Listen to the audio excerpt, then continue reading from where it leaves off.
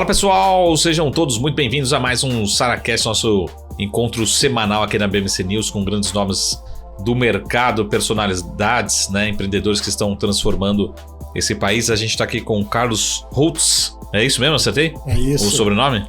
Seja muito bem-vindo, economista, planejador financeiro, também sócio e consultor, assessor de investimentos, né? Economista, quando a gente fala que começa a falar de câmbio, a gente fala que não é economista, né? Então, todo mundo erra, né? Aí o economista erra e quem não erra também. Quando fala de câmbio, fala assim, não sou economista não, economista é só quem faz projeção de câmbio, né? Seja muito bem-vindo, Carlos. Obrigado pelo convite, prazer estar aqui contigo. Obrigado pela participação. Primeiro, acho que sempre bom aqui conhecer mais sobre o Carlos, né? Sobre a sua trajetória, formação, né? E não só também o trabalho no mercado financeiro, mas também como educador, né? Não só planejador financeiro, mas também educador, que acho que é uma parte importante, que você estava até contando um pouquinho aqui nos bastidores, né? Então vamos conhecer quem que é o Carlos antes, depois a gente, lógico, que vai piorar as perguntas, né? Ao longo do nosso encontro aqui hoje. Bem, vamos lá então. Eu sou carioca, fiz economia no Rio de Janeiro, comecei minha carreira dentro do mercado financeiro na Bolsa, então era trader de uma mesa proprietária. Peguei a crise em 2008, então foi bom que já começa apanhando, né? Você cria uma casca. Você entrou antes do final do ano, no começo do ano? Foi uns 3 meses antes do subprime. Então, do Lehman Brothers. Deu tempo. É que ali, a empresa que eu trabalhava, você tinha um processo de formação. Então você passava ali por alguns simuladores, você passava por uma área educacional até você ser o que eles chamam de efetivado. Uhum. Quando eu fui efetivado, 3 meses depois veio o subprime e você fica perdido, desnorteado, sabe nem o que está acontecendo. Mas criou uma casca boa ali para mim. Em 2010 eu virei assessor de investimento, de fato. Tem uma diferença ali entre você ser um broker e até atuar no mercado internacional e estar aqui no Brasil atuando como assessor de investimento. Então tirei a certificação, comecei a atuar aqui, mas estava até brincando, né? Antigamente você era assessor de investimento, você trabalhava 100% com renda variável, não tinha outro tipo de produto, e o brasileiro hoje está crescendo muito, mas ainda é uma parcela muito pequena da população Sim. que investe em equity. Imagina isso lá em 2010. Então, aí você acabava promovendo a parte educacional, dando cursos de como funciona a bolsa, algumas estratégias e tudo mais para atrair clientes também. Então, assim, eu comecei a carreira na assessoria. Em 2014, mais ou menos, eu fiquei um período num banco aqui em São Paulo. Eu já mudei do Rio para São Paulo. Aí dentro desse banco eu atuei como já uma parte de consultoria de investimentos como um todo. Depois retornei para a plataforma de investimento e estou até hoje aí trabalhando com clientes, pessoa física, jurídica, e atuando num leque mais amplo que não somente bolsa, né? Acho que a profissão ficou mais completa do que era 15 anos atrás, com certeza. Boa. Falando sobre certificação, você está falando sobre que você já foi professor de certificação, né? Então, 2 perguntas mais simples. Você acha que, sendo polêmico aqui, a oportunidade como carreira mesmo, ela ainda está dentro dos bancos? Não, ela não está mais dentro dos bancos, ela está fora dos bancos? Ou ainda existe oportunidade nos 2 mercados, né? Para quem quer estar fora do banco, empreender, enfim, ou ainda dentro de banco ainda tem muita oportunidade. Falando assim de carreiras que exigem principalmente uma certificação no mercado financeiro, né? Sim. Eu acho que quando a gente olha o mercado financeiro, né, Marco, você tem várias ramificações ali. Sim. Você tem assessor de investimento, você tem gestor, você tem consultor, você tem um leque muito grande ali para atuar. O que eu acho que vai acontecer para frente, assim como acontece nos Estados Unidos, os bancos eles vão ser cada vez mais especializados no que eles ganham dinheiro, que é a parte mais de crédito. Então, se você quer atuar dentro do mercado financeiro, talvez numa linha de crédito, você vai ter as assets que têm um know-how maior dentro de estruturação, até distribuição dentro desse segmento, mas a parte de investimento de forma ativa, eu acho que os bancos, ainda mais os tradicionais aqui no Brasil, eles vão deixar de atuar e vão cada vez investir e crescer menos nessas áreas. Então, dependendo da área que o profissional, né, que a pessoa queira seguir, Eu acho que tem mercado nos dois. Agora, olhando para a linha de investimentos, eu acho que cada vez os bancos vão olhar menos para essa linha. Pegar o balanço do Bradesco, né? Saiu o balanço do Itaú recentemente também. A linha investimento ali é uma linha muito pequena do resultado do banco. Então é natural que os bancos olhem cada vez menos isso. Então você vai precisar ir ou para estruturas independentes ou para plataformas para conseguir seguir de forma mais assertiva a carreira, né? E às vezes eu até estou pensando com meus botões aqui, mas às vezes até os bancos não façam necessariamente um investimento direto, mas pode fazer um investimento indireto, como a XP faz, o BTG faz e o Itaú também faz. Então, Itaú até estava vendo, os maiores fundos imobiliários do Brasil, os 5 maiores, 3 maiores são da Kinea. E Kinea é do Itaú, mas muda de marca, é uma empresa independente, né? A XP também tem a sua asset, mas também tem participação em outra asset, BTG também. Talvez seja um pouquinho nessa linha, né? Sim. Então, até em todos os mercados, né? Mas essa parte de investimentos também tem aparecido muita oportunidade também para quem quer empreender, né? Nesse mercado. E a pergunta é em relação à educação financeira, no sentido, aí de fato, realmente, de certificação. Como é que você vê essa oportunidade?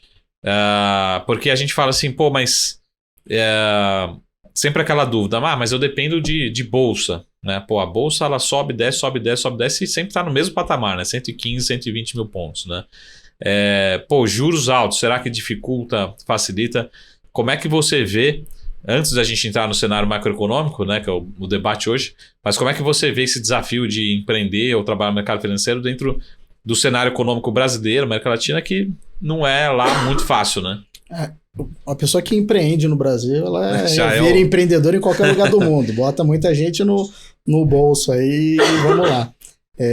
Agora, acho que o grande X da questão é o valor que você consegue gerar e o valor que você quer apresentar para o teu cliente final.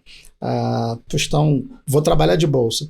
Se o teu sucesso ou o sucesso da tua carreira ou da tua empresa depender da bolsa subir ou cair, você está no caminho errado. Você tem que entregar algum valor adicional, né? Porque tem fatores, tem coisas que a gente consegue controlar, agora a alta da bolsa não. Então, o presidente fala alguma coisa, a bolsa mexe, o Haddad fala alguma coisa, a bolsa mexe, acontece alguma coisa lá no Emirados Árabes, a bolsa mexe. Então, são fatores que é impossível a gente controlar. E o pessoal fala, né? O mercado financeiro, né? Ele vai olhar o Brasil, uma hora o Brasil é a Suíça, outra hora o Brasil é a Venezuela. Sim. E a gente sempre vai ser Brasil. Então, a gente sempre vai ter uma volatilidade muito alta em todos os ativos, renda fixa, os fundos como um todo. Você comentou dos fundos imobiliários, a mesma coisa. Então, independente do caminho que você quer seguir, se o teu valor for de fato o produto, eu acho que você tem um risco. E aí é um risco de você empreender e é um risco de você estar se propondo a fazer aquilo ali. Se você consegue agregar valor e acrescentar alguma coisa para o teu cliente final, que não somente uma cotação de um fundo imobiliário, uma cotação de uma ação na bolsa ou uma taxa de renda fixa, o caminho não é que o caminho não vai ser árduo, vai ser difícil igual. Mas aí acho que você tem a certeza de que em algum momento você vai chegar em algum lugar. Não vai ficar pelo caminho. Sim. Falando também de oportunidade, a gente está gravando aqui esse Saracast no final do ano de 2023, novembro de 23. E a gente começa a falar de 24 agora. Olhando para o business, né, de assessoria, de consultoria, está muito relacionado também, muito próximo dos bancos de investimentos, né? Ofertas de ações, ofertas de renda fixa, enfim. Como é que você vê o ano de 2024 em termos de oportunidade para os bancos, para os corretores, para as assessoras, né? Para as assessorias, para as consultorias, nesse cenário, né? Porque se a gente pegar, por exemplo, ações, né, IPOs, a gente não teve em 2023, né? Zerado, né? E a gente sempre entra no outro ano, não, mas esse ano vai ser o ano dos IPOs, né? Vai ter 30, 40, 50 IPOs e não vem, né? Mas será que a gente vai ter um ambiente melhor? Como é que você está vendo para uma fonte de captação das empresas, mas também de receita e negócio para o cliente e para as consultorias, né? Como é que você vê isso? Eu acho que 24 tende a ser melhor que 23 e não que isso seja positivo, tá? Porque a base de comparação é praticamente nula. A gente vem em 2023 muito fraco. não só por incertezas e questões domésticas, mas por todo o contexto internacional que a gente viveu no primeiro semestre, está vivendo ainda, chegando no final do ano. Então, acho que 24 tende a ser melhor.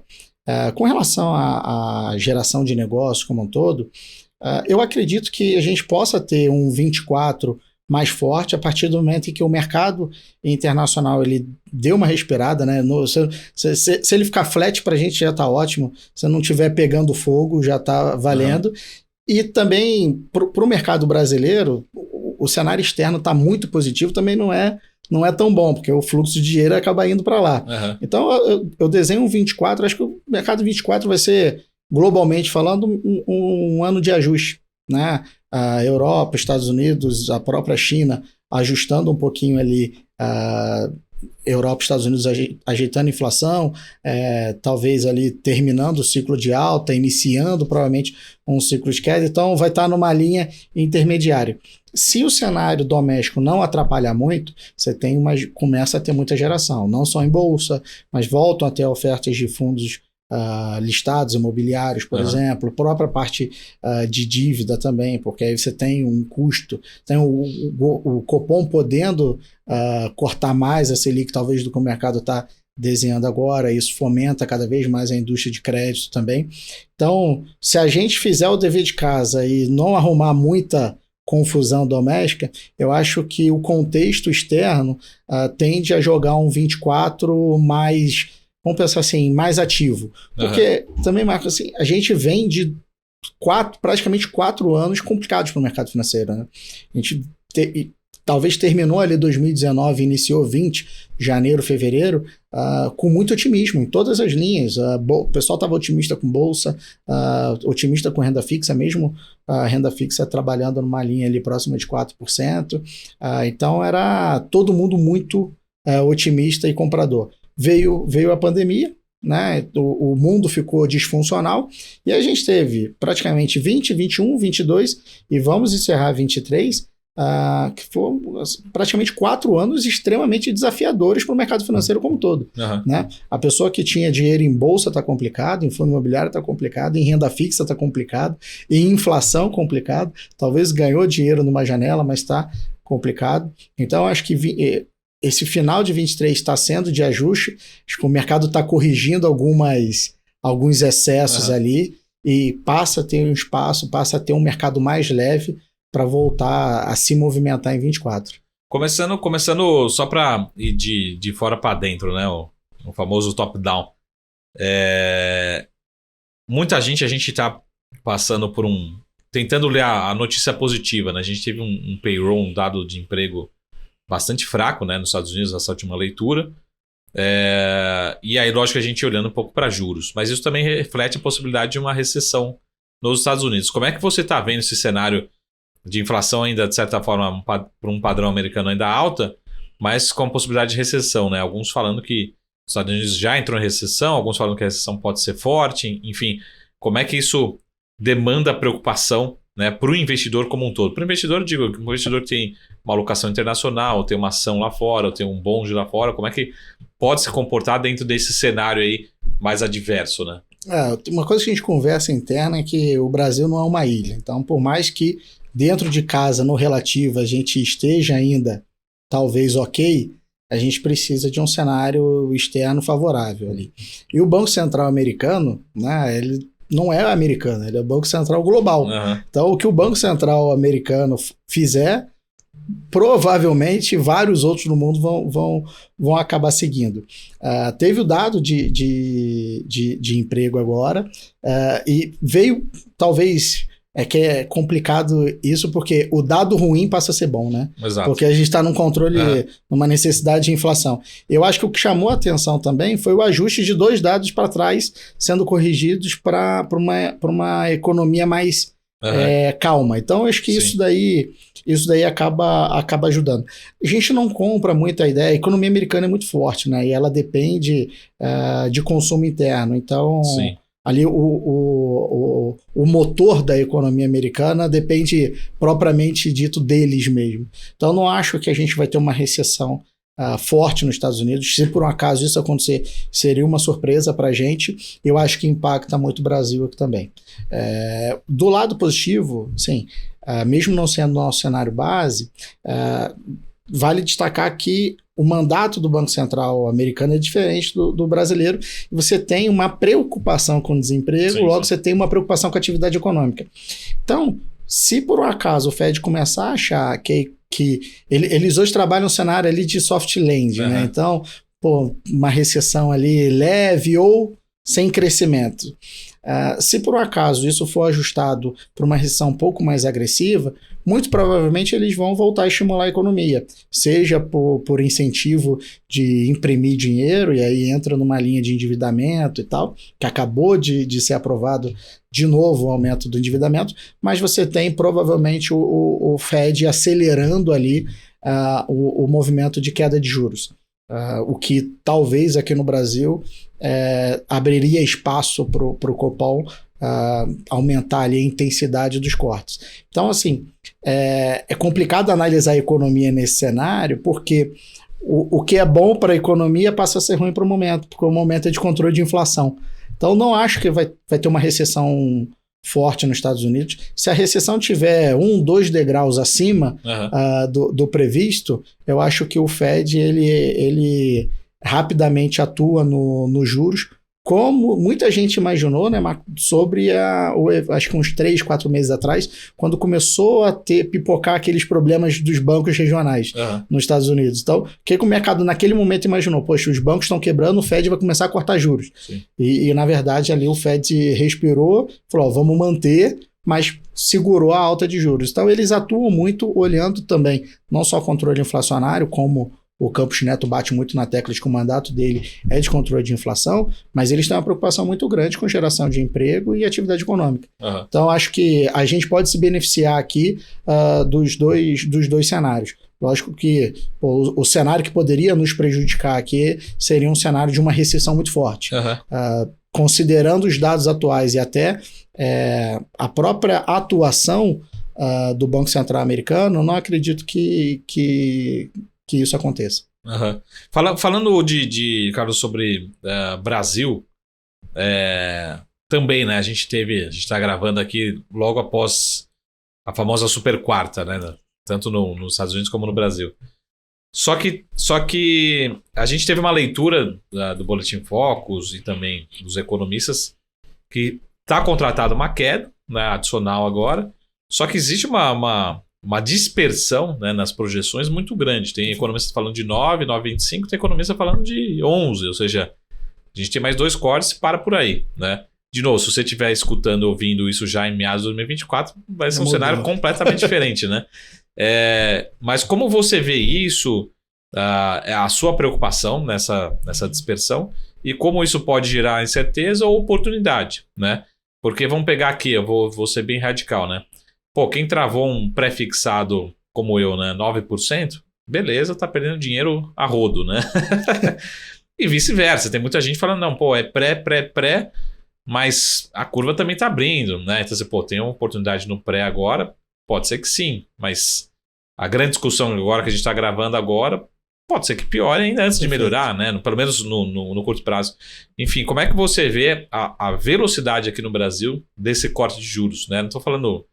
De novo, a gente está gravando em novembro, dezembro e janeiro está meio que dado, né? Mas ao longo de 24, né? Acho que é a grande dúvida. Sim. Acho que o Brasil, uma semana já é longo prazo, né? Então, já muda muita coisa. Se olhar esse vídeo com 2 semanas de mudança ali, já pode mudar completamente tudo que a gente está conversando aqui. Eu acredito que o Banco Central aqui, desde antes de começar a série de cortes de juros, ele sempre adotou uma postura mais conservadora em relação a todos os cenários. Isso fez, Marco, com que a gente tivesse uma gordura. Então, hoje, assim, quando a gente olha a Selic atual, né, 12,25, a gente tem uma gordura ainda considerando a nossa própria projeção de inflação. Mesmo considerando aí um rebound de inflação, final de ano, reoneração de combustível e tudo mais, a gente tem um juro real muito elevado. Isso é bom ou ruim? Na verdade, acho que isso é a postura do Banco Central em ser conservador e só tomar um movimento quando você tiver gordura para não precisar trazer volatilidade de subir e cair. Se a situação, acho que não mudar muito, eu acho que a gente pode até aumentar a intensidade desse corte. Hoje teve a ata do Copom sendo publicada ali, e o Campos Neto e todo o colegiado foram críticos e voltaram a ser duros com a questão da responsabilidade fiscal, porque eles se baseiam muito na ancoragem das expectativas. E aí tem a ver com o que você está comentando, que as expectativas estão insanas. Eu acho que a questão do mercado aqui no Brasil é que, como está tudo muito incerto, acho que o mercado está muito líquido, né? Assim, o nível de caixa dos fundos multimercados, por exemplo, é o maior dos últimos anos. Eu acho que ninguém está com cenário e nem está conseguindo modelar ali nenhum tipo de estratégia em que você fica confortável de se posicionar. Sim. Então acho que o mercado está aguardando de fora tudo isso acontecer. Então ninguém está dando a cara a tapa. Uma coisa que nos surpreendeu foi a Petrobras, quando ela fez a Petrobras aumentou o diesel e reduziu a gasolina. Eu, particularmente, nunca tinha visto isso acontecer. Nas nossas contas ali, muito provavelmente a projeção de inflação ela poderia ser ajustada em mais ou menos um 0,20 para baixo por conta dessa redução de IPCA. Quando veio o Boletim Focus na segunda-feira, não teve alteração. Então a gente falou, cara, acho que... Tá mantendo ali uns 4,60, 4,65. Tá mantendo a mesma coisa, sendo que se você for botar ao pé da letra só a conta, e a gente sabe que valuation, né, essas coisas não envolvem só o número, tudo tinha que ser ajustado para baixo. O cenário que eu enxergo hoje é pessoal muito líquido, mercado financeiro como um todo muito líquido. O governo teve ali um período em que ele conseguiu retomar a credibilidade, parcialmente a credibilidade do mercado, o mercado voltou a comprar alguma coisa e perdeu. Acho que perdeu aí nos últimos 15, 20 dias, isso daí foi perdido novamente e o mercado não vai pagar para ver. Então, assim, você comentou do pré, né? Hoje, assim, a maioria das alocações que a gente vem fazendo acaba em renda fixa. O Brasil tem o pré é ótimo. Se você for olhar carrego de pré, sim. Dependendo do período ali, você vai perder dinheiro, mas na grande maioria você vai ganhar. Mas a gente internamente fala que às vezes o ótimo é inimigo do bom. Então o pré hoje talvez seja ótimo. Mas o muito bom, independentemente de cenário, acaba sendo o juro real. A gente tem uma gordura de juro real ainda muito grande aqui no Brasil, e você acaba tendo... Você traça um cenário. Por mais que a gente brinque aqui que em 1, 2 semanas esse cenário muda completamente, se esse cenário não se confirmar, e a gente... Esse juro que parece que vai cair, ele voltar a subir por N fatores, né? Questão fiscal, no ano que vem tem a mudança de presidência no Banco Central, então o juro passa a ser uma incógnita. Agora, se a gente tiver uma economia bagunçada mais do que está desenhando, isso reflete a inflação.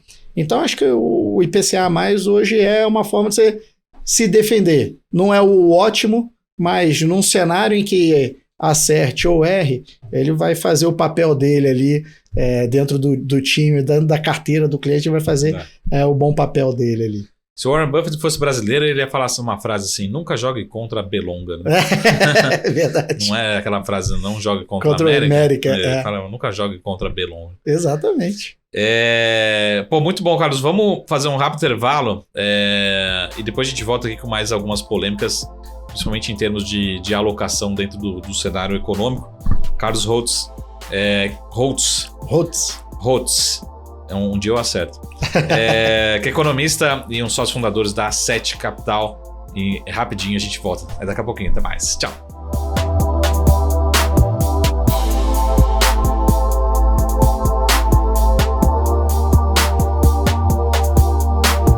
Fala pessoal, estamos de volta aqui ao nosso SaraCast, nosso encontro semanal aqui na BMC News com grandes nomes do mercado. A gente está com o Carlos Holtz, que é economista e um dos sócios fundadores da A7 Capital.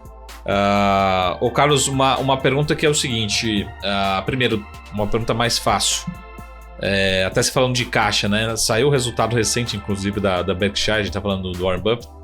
Ele tá com exatos 157 bilhões de dólares em caixa, né?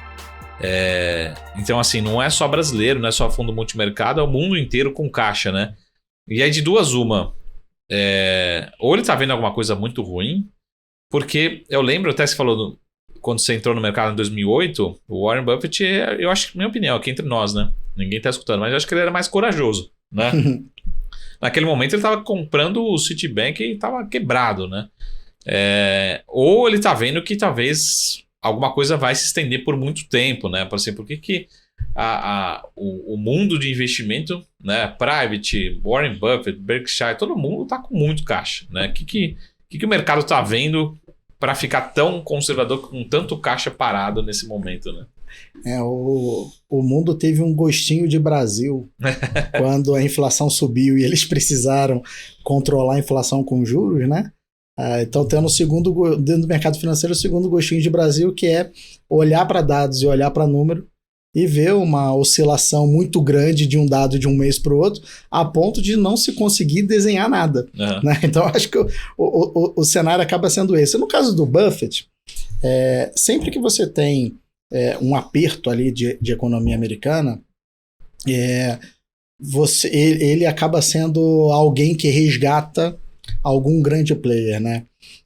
E isso é oportunidade, né? Então acho que o caixa dele pode ter nisso. Assim, lá nos Estados Unidos a gente tem um desenho que a gente mostra que quando se inicia o ciclo de aperto monetário, mais ou menos isso começa a ser sentido de fato pelas empresas em 12, 18 meses. Uhum. Então, assim, na nossa cabeça,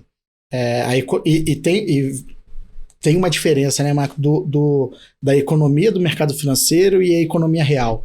O mercado financeiro, ele antecipa sempre os movimentos. Então, a gente entra na crise primeiro que todo mundo, a gente sai da crise primeiro que todo mundo, mas a economia real, ela demora a entrar, mas também demora a sair. Talvez a gente veja muita empresa nos Estados Unidos sofrendo por essa questão de aperto monetário, talvez um dos maiores que os Estados Unidos viu, a partir do segundo semestre do ano que vem, e isso possa ser uma estratégia da Berkshire, de segurar um pouquinho ali. Acho que uma outra coisa que pode estar impactando isso quando a gente pega o resultado até das treasuries mais longas lá, eles caíram mais do que a Bolsa.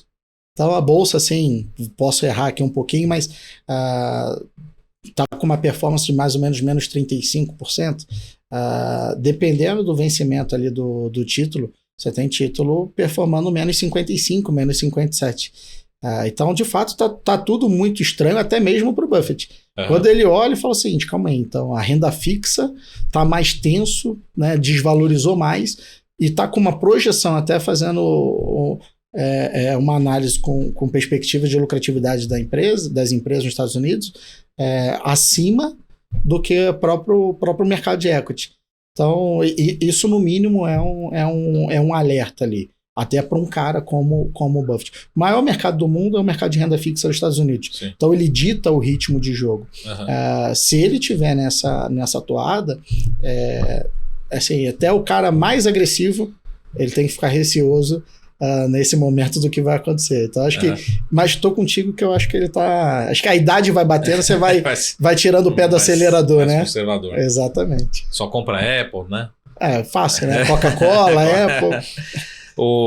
Carlos, olhando aqui para o Brasil, a gente acompanha aqueles dados de fundos, né, da Anbima, e a gente está tendo resgate líquido no ano, né, de fundos de ações, né? De certa forma, alguma melhora, mas no ano ainda muito ruim. Multimercados também. Até fundo de renda fixa tendo resgate, né? Aquela pergunta, para onde que está indo esse recurso? Né? A primeira pergunta é essa. Então, fundo de ações resgatando, multimercado resgatando, até renda fixa resgatando.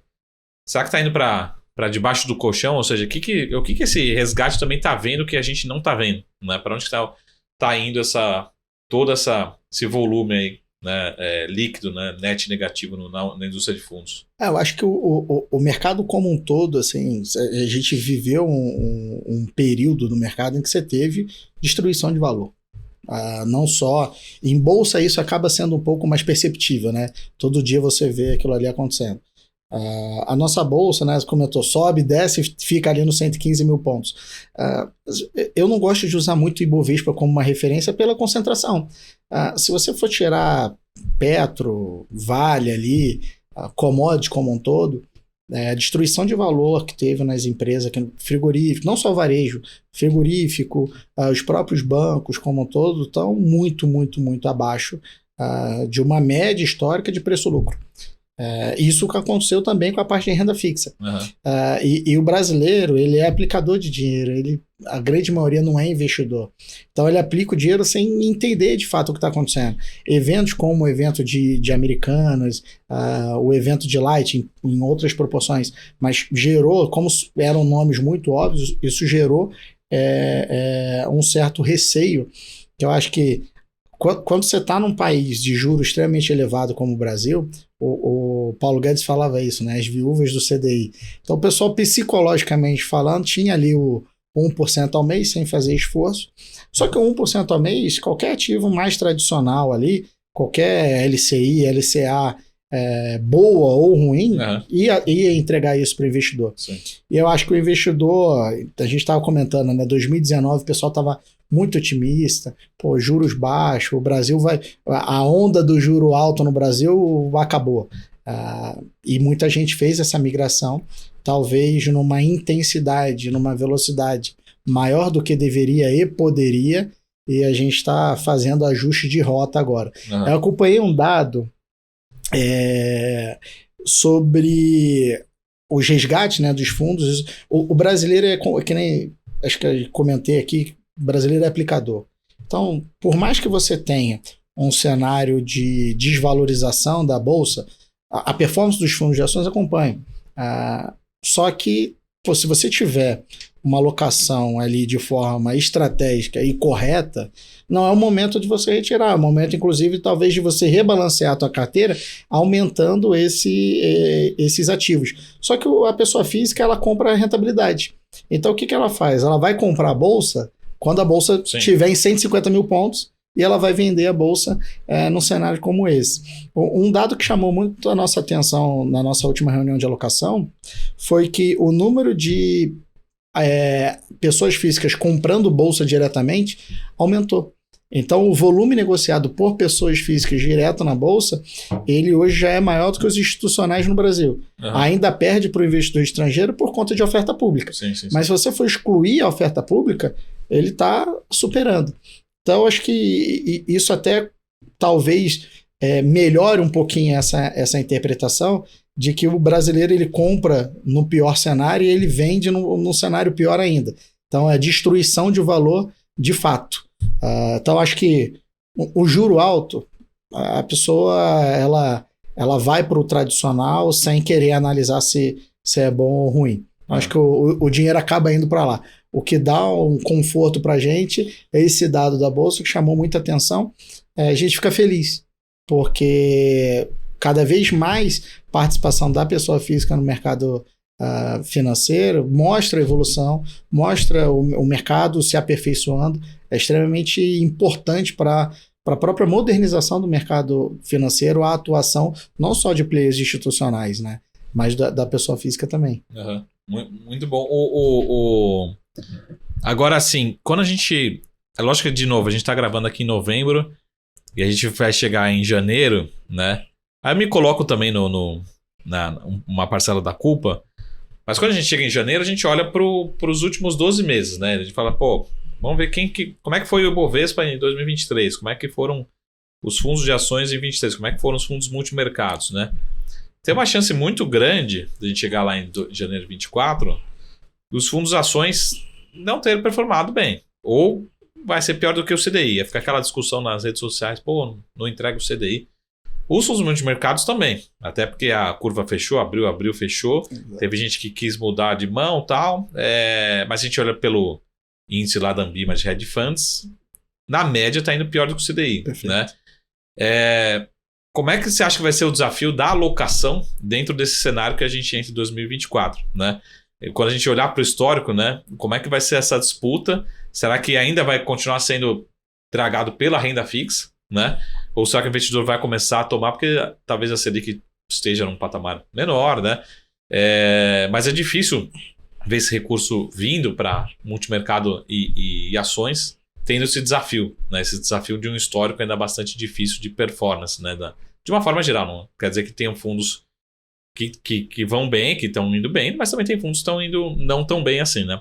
Enfim, como é que você vê essa alocação, já que o histórico não tende a ser tão bom de 23, né, para a indústria como um todo? Eu acho que você comprar incerteza num cenário de juro de 2 dígitos vai ser sempre muito complicado. Então, o cara olha... Não remunera muito bem, né? Pega olha um pré-fixado ainda em 12, 13. Cara, é complicado você tomar risco nisso daí, independentemente de nível de valuation, né? Considerando otimização de resultado, o que a gente tem que olhar é muito a janela de tempo. Eu até acredito que vai ser muito difícil ganhar do CDI por mais um períodozinho aí, né? Mais uns, talvez 3, 4 meses aí, vai ser complicado ainda ganhar do CDI. Só que quando você compra risco nesse momento, compra bolsa nesse momento, compra um fundo multimercado dentro desse momento, até porque pode ter bolsa dentro da estrutura do multimercado, né, e tal, eu acho que você está comprando uma visão mais de longo prazo. A tendência, quando se olha, talvez 2, 3 anos, né, Marco, é um CDI estar num nível abaixo do que está agora, e, consequentemente, esse cenário de juro caindo favorece os ativos de risco, e talvez você tenha uma percepção do seguinte, o que as empresas valem tende a chegar mais próximo da realidade. Hoje a gente talvez esteja vivendo um desconto muito grande. Então aí você tem uma migração para ativo de risco. Eu acho que a decisão hoje é o seguinte, em que momento você quer fazer esse movimento. Quando esse cenário for um cenário óbvio, os preços são óbvios. Então, o preço-lucro do Ibovespa hoje é abaixo de 10. Quando esse cenário do CDI, quando o CDI já estiver baixo, a ponto dessa decisão ser uma decisão óbvia, dificilmente a gente vai ter um preço-lucro do Ibovespa abaixo de 12 e pouco, que é a média histórica dele. Sim. Então, assim, provavelmente, se a tua carteira não estava 100% em CDI, você vai perder do CDI e você vai estar insatisfeito com ela. Pega essa fotografia e olha para frente, o que você quer? Não, eu quero otimizar a minha rentabilidade pelos próximos 6 meses. Cara, não tem muito o que fazer. Acho que as incertezas e até o carrego do CDI vai continuar sendo vantajoso. Agora, cara, eu quero aproveitar oportunidades, eu quero, com uma visão de longo prazo, otimizar a rentabilidade da minha carteira. Aí eu acho que foge do CDI. Sim. Coloca uma taxa pré, pega uma B longa, se brincou do Buffett, né? Compra as ações. Tem muita ação que está com nível de dividendo absurdo. Tem empresa, assim, a gente nunca na Bolsa teve um índice de recompra de ações tão grande quanto que a gente está agora. Então, como é que se traduz esse número? Cara, a empresa está pegando o próprio caixa dela e está falando, vou comprar minhas ações porque está muito barato. E ninguém melhor do que a empresa para entender os números dela. Então, de fato, as coisas estão muito baratas, mas nada está tão barato que não possa ficar mais barato ainda. Então, eu acho que hoje o mercado financeiro ele está movido à notícia, né? Você comentou, poxa, a gente ouve um jornal e tal, e tá fácil ficar pessimista hoje, né? Até porque uma notícia muito boa num jornal, ela não vai dar tanta audiência, né? Uma notícia negativa, um estresse, uma guerra, dá muito mais audiência do que, olha, as coisas estão caminhando. Então, isso acaba sendo normal. Eu acho que a fotografia do investidor, olhando ali em 31 de dezembro, é o seguinte, se você não estava no CDI, você vai estar insatisfeito, vai estar chateado. Sim. Então, já assuma... Já vai se preparando agora em novembro para chegar no final de dezembro e talvez essa chateação, ela de repente foi diluída ao longo desses próximos 2 meses. E a questão é analisar o seguinte, vou para renda fixa, continuo na renda fixa ou vou para risco? Cara, Acho que os dois são boas oportunidades, tá? Você comentou, pô, tinha um pré fixado de 9, então pré é ruim. Depende. De repente você pegar, ou considerando o carrego, se você pegar um pré hoje de 12 e pouquinho, Sim. cara, acho que é uma baita oportunidade e olhando uma janela de 1 ano, 2 anos, eu acho que vai ganhar disso daí. Então, o que machucou nos últimos 12, eu acho que dá para inverter isso daí. Eu acho que o que machucou vai fazer carinho para frente ali um pouquinho. Boa. Carlos, para gente terminar, uma última polêmica aqui, menos consultoria, assessoria e mais economista, né? Mas também que reflete com certeza nossos investimentos. Que é a gente está terminando o ano e a gente não sabe ainda a nossa meta fiscal para 2024, que tem movimentado muito a curva de juros. E ela pode ser decisiva, né? A gente está numa discussão de que vai ter uma revisão de algo que ainda nem aconteceu ainda. Enfim, como é que é a sua preocupação em relação não só a investimentos, lógico, mas também a geração de emprego, crescimento econômico, PIB, atividade econômica, né, em relação a esse tema, né? O quanto que a gente... Aquela pergunta, né? O quanto está no preço e quanto pode ser sensível, né, o crescimento do PIB, também Bovespa, juros, inflação, todas as principais variáveis, já que tem essa possibilidade, né? Nesse momento a gente está discutindo essa possibilidade de, vamos deixar assim, né, de um afrouxamento da nossa meta fiscal aí para médio e longo prazo, né? Eu acho que a notícia ruim, por mais que já esteja no preço, sempre tem espaço para criar um novo pânico. Então, por mais que o mercado já esteja muito barato, toda notícia ruim vai fazer preço para baixo. Eu acho que o ponto negativo é que a economia fica parada em todo cenário de incerteza. Como é que o empresário ele vai fazer uma expansão, vai aumentar a equipe, vai fazer investimentos num país, se ele não tem perspectiva de nada, ele não sabe o que vai acontecer, ele não sabe se o juro vai continuar alto, vai cair, ele não sabe se a inflação vai subir ou vai cair. Estão tendo muitas alterações dentro do governo de coisas que foram decididas para trás e estão sendo mudadas. Então isso causa uma insegurança no mundo empresarial em que a pessoa vira e fala assim, que nem a gente estava falando do mercado financeiro, né? Tá muito líquido porque está olhando de fora. O empresário nesse momento, o que ele fala? Cara, quanto que está a Selic? Está em 12%, 13%? Tem muitos negócios que não dá isso de retorno. Então, assim, para que eu vou correr risco, sendo que eu não consigo botar nada no papel e correr o risco de expandir e daqui 6 meses ter que cortar investimentos. E o próprio empresário no Brasil, diferentemente dos Estados Unidos, acho que aí por uma questão conceitual de lei trabalhista e tudo mais, ele só vai fazer o movimento quando ele estiver muito convicto. Porque se ele faz uma expansão, cria uma fábrica, contrata uma série de pessoas, se isso der errado e ele tiver que mandar todo mundo embora, você tem um custo gigantesco, um estresse. Nos Estados Unidos isso é mais flexível, então ele compra um pouco mais o risco ali. E eu acho que nesse 1 ano de governo, em alguns momentos o governo talvez tenha passado uma mensagem calma, que isso deu espaço para o mercado conseguir fazer algum tipo de projeção, e a gente termina o ano com menos. Ninguém acredita que o governo vai mudar o DNA dele, né? A gente tem um governo de esquerda, a gente tem um presidente que a gente já conhece, um partido, na prática, que a gente já conhece.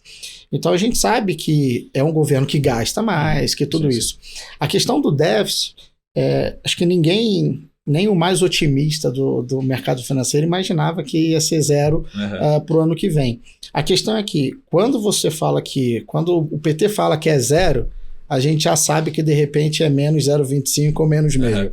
Mas a mensagem é importante de falar o seguinte: talvez vai ter algum nível de preocupação para esse ponto. Quando isso de repente é ajustado para meio, talvez esse número, a realidade já seja -1, e você muda um pouco no sentido de falar o seguinte: eles não estão tão preocupados com isso. E aí, hoje a discussão de déficit para o ano de 2024, 2025, eu acho que é muito mais uma questão de mensagem e de compromisso do governo do que de fato do número. Porque acho que ninguém imaginava que ia ser 0. E aí você começa a levantar, a gerar fumaça, burburinho, que você tem o presidente da República com o teu principal ministro ali entrando em conflito de discurso. E talvez a última coisa que a gente precisa hoje é de um estresse com o ministro da Fazenda e uma possível mudança desse cargo. Eu acho que tudo isso que a gente está comentando aqui apaga, joga fora, se a gente tiver alguma mudança dessa questão. Então, acho que o ponto a mostrar o seguinte: se o governo não der o mínimo de possibilidade do empresário fazer conta, ele não vai investir. Vai compensar para ele deixar o dinheiro parado do que correr risco na empresa para ganhar menos do que o custo de oportunidade. Isso do lado da economia real. Do lado do mercado financeiro, o problema não é meio de déficit, o problema é mensagem, é responsabilidade. É virar e falar o seguinte: olha, de fato é um governo de esquerda, mas eles vão olhar esse número que não olhavam antes. E isso precisa voltar, né? O mercado financeiro acho que teve um trimestre ali mais otimista e de confiança, pagando para ver se quebrou a cara, né? Porque tudo voltou agora. E esse pagando para ver, Marco, foi justamente no momento em que veio a proposta de olhar o fiscal, de responsabilidade fiscal. Então, acho que voltar com um discurso de que, poxa, de fato é importante, porque quando você tem o Haddad, o ministro da Fazenda, falando, olha, isso é importante, eu vou seguir, e você tem o Lula falando, não, vamos cortar nada, tá tudo certinho e tal, pode ser um jogo político, tem essa interpretação de alguns dentro do mercado de que ele queria trazer os deputados para perto dele, falar, olha, fica tranquilo que o orçamento está garantido, tal. Então tem essa questão estratégica, mas você não precisa externar isso, fala ali dentro, né? Toda vez que você deixa o teu principal funcionário, o teu principal sócio vendido, é ruim para todo mundo, não é ruim só para o Haddad, quando ele é exposto da forma como foi recentemente pelo presidente. Entendeu? E aí, vamos torcer para que essa poeira baixe e a gente não tenha troca de comando da Fazenda, porque eu acho que de tudo que se desenhou em 23, a surpresa positiva, de fato, é o Haddad com uma responsabilidade fiscal e um discurso mais pró-mercado do que muito se esperava ali em janeiro, fevereiro, com ele. Muito bom. Muito bom, Carlos. Pô, obrigado pela aula. Só para terminar a última provocação aqui, eu gosto de fazer Faz tempo que eu não faço também um ping-pong, né? Ping-pong é só sim ou não, né? Resposta A ou B. Difícil. É difícil. Então, a primeira... 3 perguntinhas rápidas, né?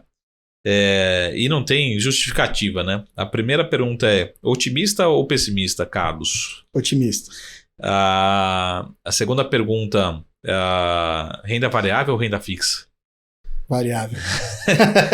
E a terceira pergunta: Brasil ou Estados Unidos? Brasil. Boa. Muito bom, Carlos. Pô, obrigado, muito gentil pela participação aí. Venha sempre, vamos marcar novos encontros. Manda um abraço para todo mundo às 7. Com certeza. E seja sempre bem-vindo. Um prazer estar aqui contigo.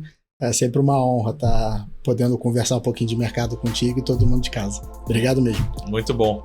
É isso aí, pessoal. Esse foi o nosso encontro hoje aqui no nosso SaraCast com Carlos Holtz, que é Holtz, que é economista e também planejador financeiro, no sócio da 7 Capital. E a gente se vê aqui na semana que vem. Até mais. Tchau.